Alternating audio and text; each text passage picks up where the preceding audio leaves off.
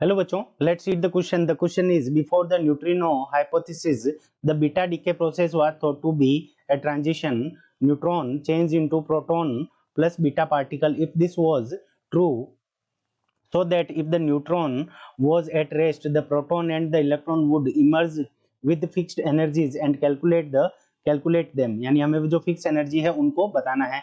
Experimentally the electron energy was found to be have a large range. ठीक है बच्चों, तो हमें इस क्वेश्चन के अंदर क्या दे रखा है कि जो हमारा न्यूट्रॉन था, ठीक है, वो किसके अंदर चेंज हो रहा था, प्रोटॉन प्लस बीटा पार्टिकल. ठीक है बच्चों, इसके अंदर चेंज हो रहा था.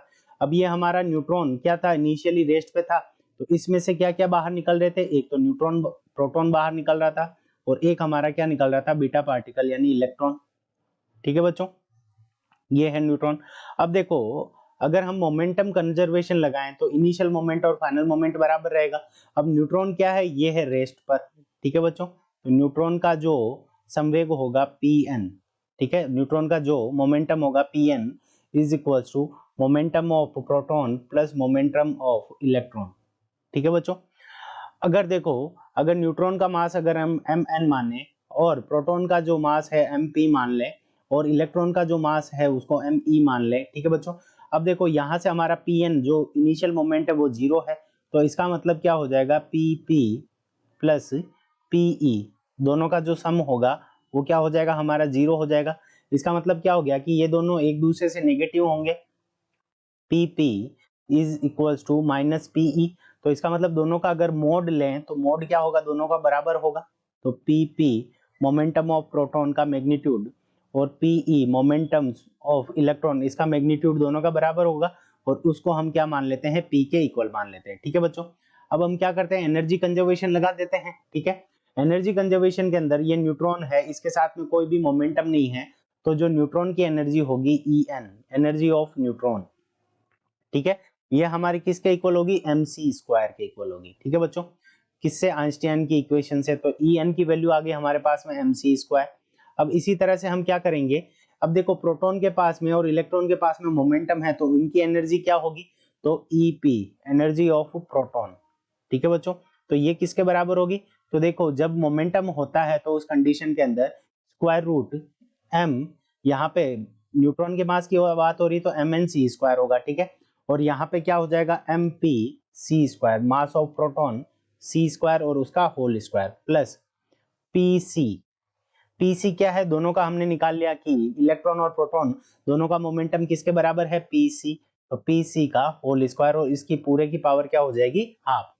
ठीक है, और ये हो गया मोमेंटम प्रोटॉन का. इसी तरह से मोमेंटम अगर हम निकालें इलेक्ट्रॉन का, सॉरी एनर्जी निकालें, तो एनर्जी क्या हो जाएगी इलेक्ट्रॉन की, तो mec स्क्वायर और उसका हमारा क्या हो जाएगा, होल स्क्वायर.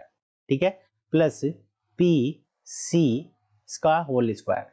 ठीक है, और इसकी पावर क्या हो जाएगी, हाफ. तो अभी क्या होना चाहिए, एनर्जी कंजर्वेशन से, यानी न्यूट्रॉन की जो एनर्जी होगी वो प्रोटॉन प्लस इलेक्ट्रॉन की एनर्जी के बराबर होगी. तो यहां से अगर हम लिखें तो mnc square is equals to, दोनों को हम ऐड करके लिख देंगे, तो mp स्क्वायर का होल स्क्वायर प्लस pc का होल स्क्वायर. ठीक है, और प्लस यहाँ पे इलेक्ट्रॉन का लिखेंगे एनर्जी, तो इलेक्ट्रॉन की एनर्जी क्या हो जाएगी, mec स्क्वायर इसका होल स्क्वायर प्लस pc इसका होल स्क्वायर. ठीक है बच्चों, अब देखो हम जानते हैं कि जो न्यूट्रॉन की जो एनर्जी होती है mnc स्क्वायर का जो वैल्यू होती है, mnc स्क्वायर इसकी वैल्यू होती है 938 मेगा इलेक्ट्रॉन वोल्ट्स. ठीक है बच्चों, और जो mpc स्क्वायर यानी जो हमारी इसकी एनर्जी होगी, ठीक है, प्रोटॉन की mpc स्क्वायर, इसकी वैल्यू कितनी हो जाएगी, 936 मेगा इलेक्ट्रॉन वोल्ट. ठीक है बच्चों, और जो mec स्क्वायर है, mec स्क्वायर इसकी वैल्यू हमारी कितनी होगी, 0.5, ठीक है, मेगा इलेक्ट्रॉन वोल्ट.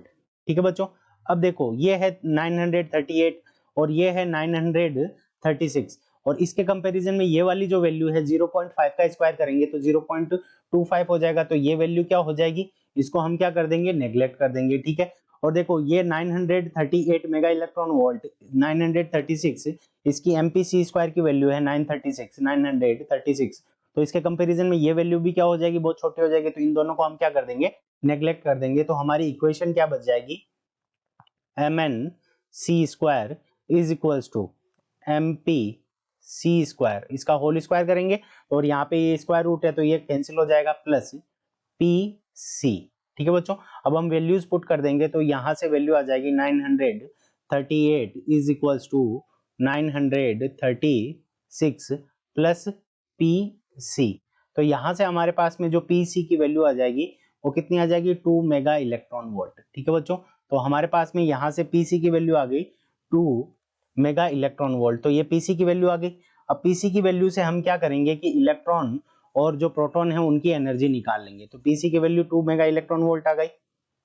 तो अब यहाँ से हम क्या करेंगे कि प्रोटॉन की एनर्जी निकालेंगे। तो देखो यहाँ पे इसकी वैल्यू हमें कितनी दे रखी है, 936 एमपीसी स्क्वायर।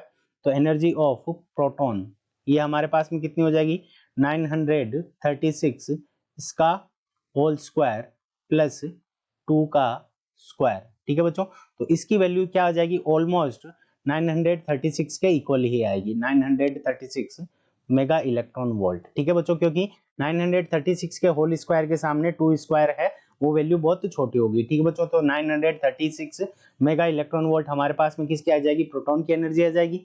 अब इसी तरह से अगर हम इलेक्ट्रॉन की एनर्जी निकालेंगे तो एनर्जी ऑफ इलेक्ट्रॉन, तो इलेक्ट्रॉन की एनर्जी के लिए हम क्या करेंगे, यहाँ पे MEC स्क्वायर इसकी वैल्यू कितनी है 0.5, तो 0.5 का जब हम स्क्वायर करेंगे तो यहाँ पे हमारे पास में क्या आ जाएगा 0.25। ठीक है, प्लस 2 का स्क्वायर, तो यहां से हमारे पास में जो एनर्जी ऑफ इलेक्ट्रॉन निकल के आएगी वो आ जाएगी 2.06 मेगा इलेक्ट्रॉन वोल्ट। ठीक है बच्चों, तो यहां से हमारे पास में किसकी एनर्जी आ गई, इलेक्ट्रॉन की एनर्जी आ गई। तो इलेक्ट्रॉन की एनर्जी 2.06 मेगा इलेक्ट्रॉन वोल्ट और प्रोटॉन की एनर्जी कितनी आएगी 936 मेगा इलेक्ट्रॉन वोल्ट। तो ये हमारे इस क्वेश्चन का करेक्ट आंसर है। I hope you understood it well. All the best.